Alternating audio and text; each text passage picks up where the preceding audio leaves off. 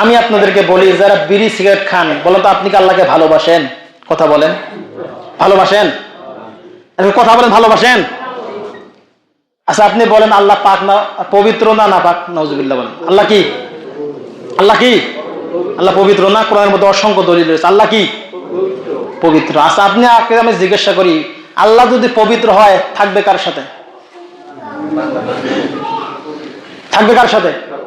যারা পবিত্র তারা পবিত্র তার সাথে থাকবে। এখন আপনি যদি আল্লাহকে ভালোবাসেন, আপনি হলেন নাপাক, আর আপনি বলেন আমি আল্লাহকে ভালোবাসি, এটা ধোঁকাবাজি নয়?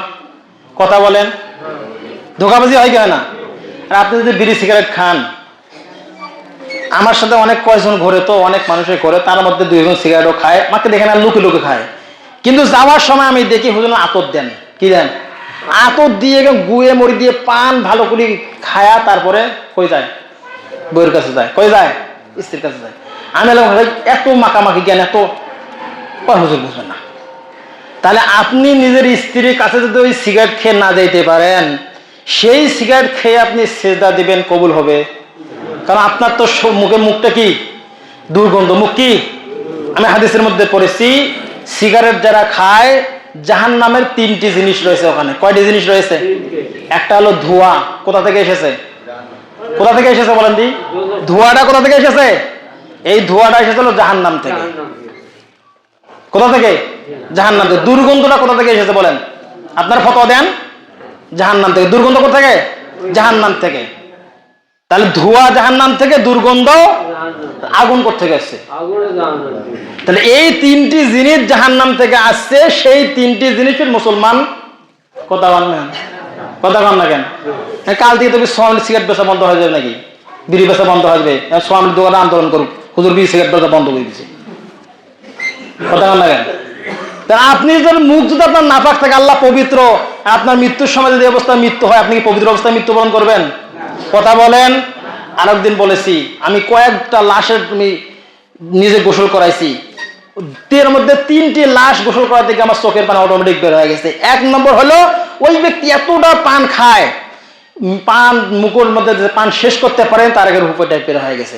আমি যখন গোসল করাই, আমি তো পুরো বডিটা গোসল করাইছি, পুরো বডির সব কিছু পরিষ্কার করে তাকে আমি সুন্দর করে বানাই দিয়েছি, কিন্তু মুখটা যখন পরিষ্কার করতে যাব, এই পানের এওটা তো পরিষ্কার করা ভাই সোজা না। আপনি যদি কোনো মৃত্যু ব্যক্তি গোসল করান, তাহলে মুখের মধ্যে যে কিছু থাকে, কতটা কষ্ট ওটা বের করা, যারা গোসল করেছে তারা তার কেউ বলতে। আমি পারি নাই একটা ব্যক্তির পুরো শরীরটা পবিত্র বা পুরো শরীরটা এই পানটা মুক্ত করা, পানের লেশটা মুক্ত করতে আমি পারিনি। 3 জন আমরা হাফসে গেছি, তারপরে ওর মুখটা আমি পরিষ্কার করতে, মানে মানুষ তো মারা গেলে মুখটা খাবার লাগিয়ে যায়, টানি ধরতে হয়, উপর করতে হয়, পানি দিয়ে, তারপরেও হয় না। আমি বললাম আল্লাহ, এই অবস্থায় যদি কবরে যায় আর ফেরেশতারা যদি এসে তাকে তুলে বলে মার রব্বুকা বল, ওর মুখ থেকে তো কি বের হয়ে যাবে? ওই পানের দুর্গন্ধটা মনে করে বের হয়ে যাবে। আর এটা হলো গেল পান। পান তো দুর্গন্ধ হয় না, পান দুর্গন্ধ শেষ করে। এখন যারা সিগারেট খায় মারা যাবে, ঈশান নামাজ পড়ে শুইছে, একটা সিগারেট খায় বাস শুইছে, আচ্ছা মুখটা কি দুর্গন্ধ আছে না পরিষ্কার আছে? ওই অবস্থায় যদি মৃত্যু হয়, ওই অবস্থায় যদি মৃত্যু হয়, আর আমরা যদি গোসল দেই, পুরো শরীরটা আপনার পৃথিবীর সবচেয়ে দামি সাবান দিয়ে, বাসনার সাবান দিয়ে যদি পরে শরীরটা গোসল করাই, আর মুখটা কি করবো ভাই বলেন? একটু চিন্তা করেন, মুখটা আমরা কি করব? এই দুর্গন্ধ অবস্থায় যদি আপনি কবরে যান, আল্লাহর ওলিও হন, আপনাকে যখন জিজ্ঞাসা করবেন মার রব্বুকা, তোমার রবকে, আল্লাহ রাসূল সাল্লাল্লাহু আলাইহি ওয়াসাল্লাম দাঁড়িয়ে থাকবে বলে হাযা নাবিয়ুনা মুহাম্মাদুর রাসূলুল্লাহ, ইনি হলেন তোমার নবী মুহাম্মদুর রাসূলুল্লাহ সাল্লাল্লাহু আলাইহি ওয়াসাল্লাম। আপনি মুখ থেকে যখন কথা বলবেন, মুখ থেকে কি বের হবে? কথা বলেন। দুর্গন্ধ বের হবে। আর আল্লাহ রাসূল সাল্লাল্লাহু আলাইহি ওয়াসাল্লাম বলেন সুবহান সুবহান লিমান গায়্যারা মিন বাদি, তোমার মুখ থেকে দুর্গন্ধ বের হতে, তুমি তো আর উম্মতে না, ওখান থেকে চলে যাবে। তা আপনি বলেন তো, মৃত্যুর খবর কেউ জানেন? আপনি কে বলতে পারবেন আজকে সারাদিন বাঁচবেন? কেউ বলতে পারবেন? তাহলে মৃত্যু হলো কখন? বলে দিই এখন। মৃত্যু কখন? কথা হলো মৃত্যু কখন? এখন। এই মৃত্যু এখন যদি আপনার বিশ্বাস হয়, আপনি সিগারেট ধরাইতে পারেন, কারণ আপনার জানা নাই মৃত্যুর খবর। এখন 2 হাতে সিগারেট নিয়েছে, সিগারেট আমার হাতের মধ্যে আছে, আপনার ডান পাখিটা বের হয়ে চলে গেছে। আচ্ছা মানুষ দেখলে আপনার কি বলে? ভালো মৃত্যু হয়েছে। কথা কন না কেন? কথা কন না কেন? বলবে কে? যারা ওই সিগারেট খায় তারা বলবে ভালো মৃত্যু হয়েছে। কথা কন না কেন? হ্যাঁ, তারা বলবে ভালো মৃত্যু হয়েছে।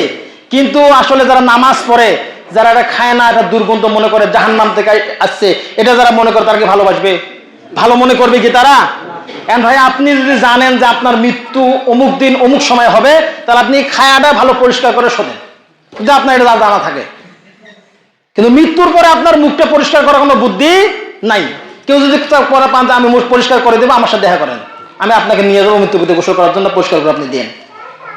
তাহলে আপনার মৃত্যুর খবর জানা নাই, মৃত্যু কখন হবে সেটাও আপনি জানেন না। এই অবস্থায় যদি মৃত্যু হয়, আপনার কি ভালো মৃত্যু হবে? রসুলের কাছে দাঁড়াইতে পারবেন আপনি?